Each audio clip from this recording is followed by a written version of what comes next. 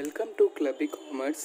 आज की इस वीडियो में हम बिज़नेस स्टडीज़ के नेक्स्ट चैप्टर 2 पढ़ेंगे, जो है प्रिंसिपल्स ऑफ मैनेजमेंट। गाइस, मैंने इस चैप्टर के नोट्स की पीडीएफ का लिंक डिस्क्रिप्शन में डाल दिया है, तो आप वहाँ जाके उसको डाउनलोड कर सकते हैं। चलिए शुरू करते हैं। Hello, welcome to Clever Commerce. Subscribe our channel and turn on the bell icon to get the latest updates.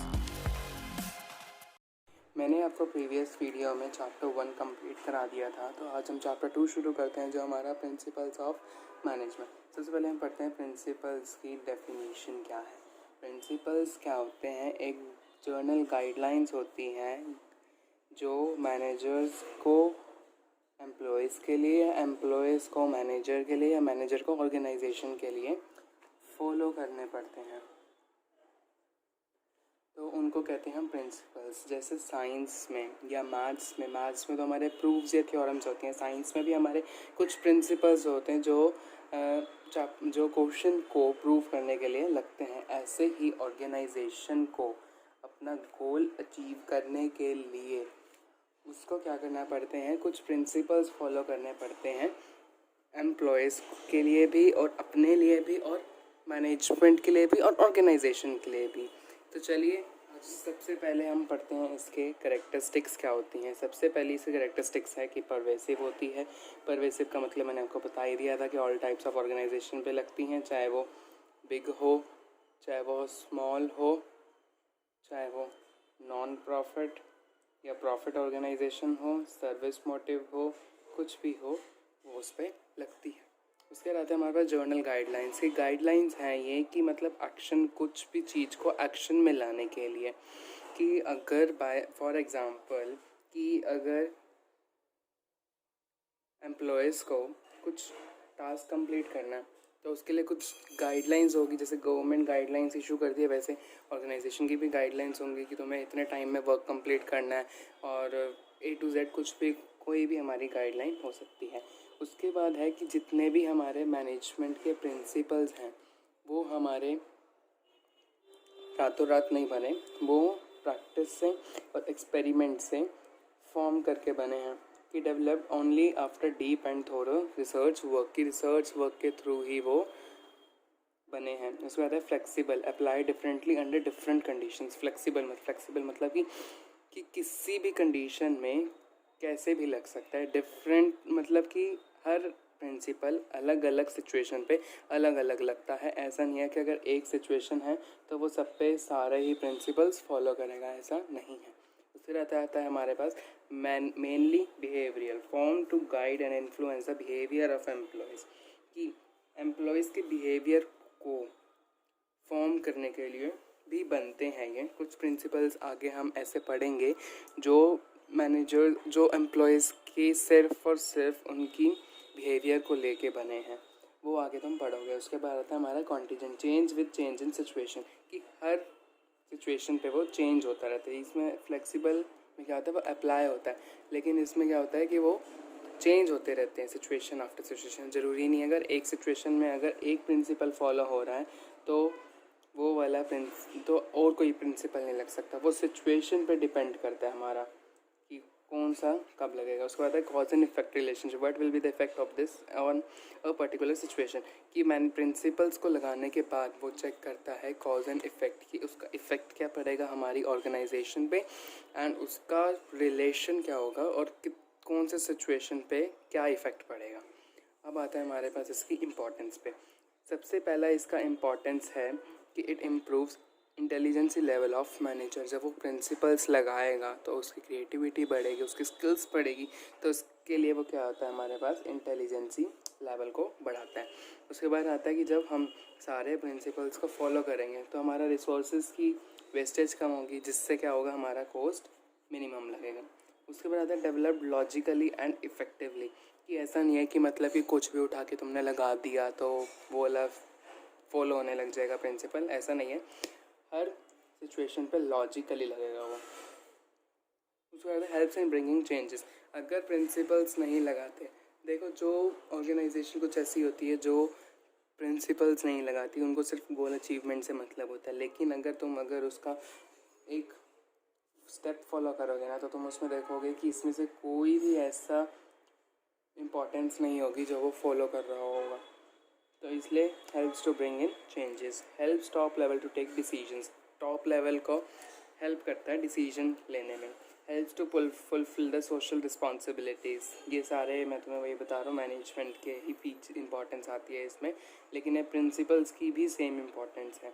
तो based for training and as part of education syllabus, की ऑर्गेनाइजेशन के, स्कूल के नहीं, ऑर्गेनाइजेशन के education के part का ये syllabus है, जो हर एक एम्प्लॉय को, हर एक बंदे की, चाहे वो मैनेजर हो, टॉप मैनेजर हो, एम्प्लॉय हो, मिडल हो, सुपरवाइज़र हो, कोई भी हो, उसका एक एजुकेशन का सिलेबस है ये, उस ऑर्गेनाइजेशन का, जो उसको पता होना चाहिए।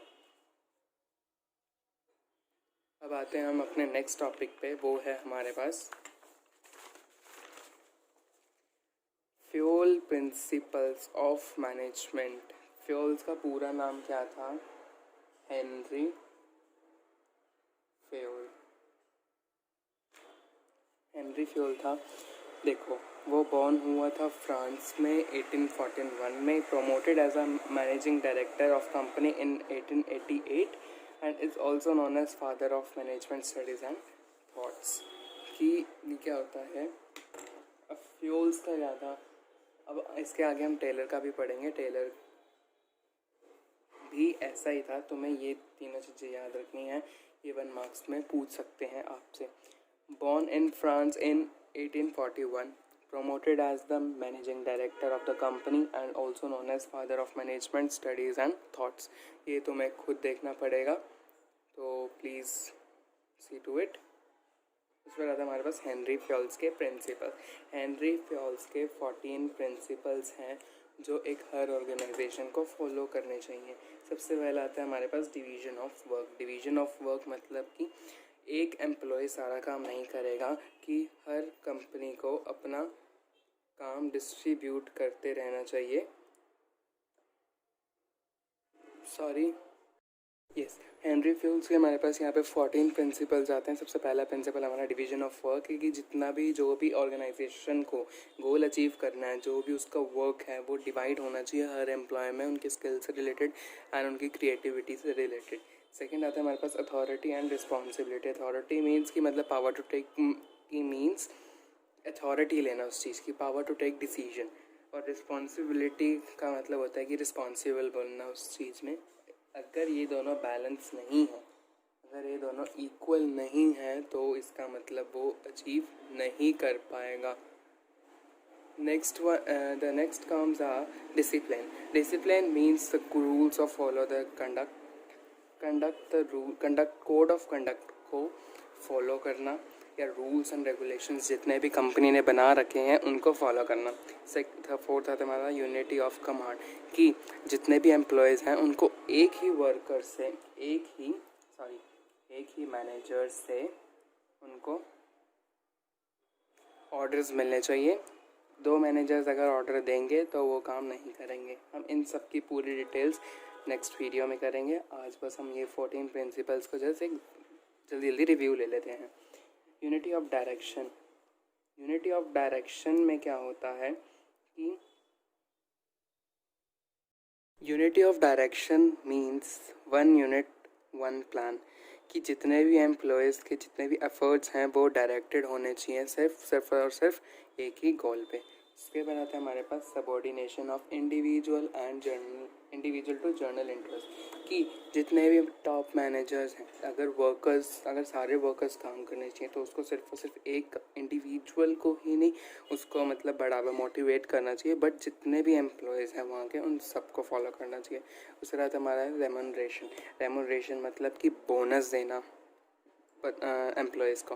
फॉर एग्ज़ाम्पल, अगर उन्होंने ऑर्गेनाइजेशन गोल अचीव करते समय कोई ऐसा उन्होंने सजेशन दे दी जो ऑर्गेनाइजेशन को काम आ गई, तो उनके लिए उनको रिवॉर्ड मिलना चाहिए या उनको बोनस मिलना चाहिए, या अगर रेमुनरेशन को हम ये भी कह सकते हैं कि एज अ परफेक्ट सैलरी। इसके बाद आता है हमारा सेंट्रलाइजेशन एंड डिसेंट्रलाइजेशन। सेंट्रलाइजेशन का मतलब यहाँ पे ये है कि power in only in top level कि टॉप लेवल के पास ओनली पावर होगी, बाकी लेवल्स के पास नहीं होगी। लेकिन डिसेंट्रलाइजेशन का मतलब क्या आता है यहाँ पे? डिसेंट्रलाइजेशन का मतलब है कि पावर एट एवरी लेवल, कि हर लेवल के पास उनकी पावर है। उसके बाद है principle of scalar chain. Scalar chain का मतलब यहाँ पे चेन से मतलब समझ जाना तो कि जितने भी एम्प्लॉयज़ हैं, अगर फॉर एग्ज़ाम्पल टॉप लेवल के मैनेजर ने कोई भी ऐसी बात कही है कि हर मतलब कि सब तक पहुँचे, तो हर एक एक बंदे के होते थ्रू हो जाएगा। ऐसा नहीं है कि अगर मैनेजर को लोअर लेवल के साथ बात करनी है तो मिडिल लेवल को वो भूल जाएगा, नहीं, मिडिल लेवल के पास भी वो वाली बात जाएगी। उसके बाद आता है हमारे पास प्रिंसिपल ऑफ ऑर्डर। ऑर्डर का मतलब यहाँ पे ये नहीं कि ऑर्डर देना, ऑर्डर का मतलब ये है कि जितना भी मैन या मटीरियल है, उस रिसोर्सेज लगा लो तुम, रिसोर्सेज है वो अपनी जगह करेक्ट पोजीशन पे राइट प्लेस पे होना चाहिए, कि ताकि जितने भी एम्प्लॉयज़ हैं वहाँ के उनको प्रॉब्लम ना हो। उसके बाद आता है हमारे पास इक्विटी। इक्विटी मतलब इक्वली ट्रीट करना सबके साथ। Stability of tenure of personnel का मतलब यहाँ पे ये है कि एम्प्लॉयज़ की सेटिस्फैक्शन को देखना। इनिशिएटिव की अगर फॉर एग्ज़ाम्पल एम्प्लॉयज़ मतलब कि जितने मैनेजर्स हैं उनको एम्प्लॉयज़ की सजेशंस को सबसे ऊपर रखना चाहिए, अगर वो ऑर्गेनाइजेशन गोल अचीव करने के काम आती है तो, और उनके लिए उनको मोटिवेट करना चाहिए। एस्पिरेट द क्रॉप्स का मतलब यहाँ पे ये है टीम स्पिरिट, कि टीम स्पिरिट दिखानी है। यहाँ पे अलग अलग एम्प्लॉयज़ का मकसद ये नहीं अलग अलग गोल अचीव करना, it is only and only one goal. तो there should be team spirit so that the organization can achieve their goal fastly and betterly. Thank you. आज की इस वीडियो के लिए यहीं पे स्टॉप करते हैं। मैं आपको फिर से बोल रहा हूँ कि अगर आपको नोट्स की नोट्स चाहिए तो मैंने डिस्क्रिप्शन में लिंक डाल दिया है, आप वहाँ जाके डाउनलोड कर सकते हैं। अगर किसी को कोई भी क्वेरी है रिगार्डिंग दिस तो वो मुझे इंस्टाग्राम पे DM कर सकता है without any hesitation. Thank you for seeing this video. Next video में हम इसी 14 प्रिंसिपल्स को और डिस्क्रिप्शन में और डिस्क्राइब करके पढ़ेंगे, और please subscribe my channel. Thank you.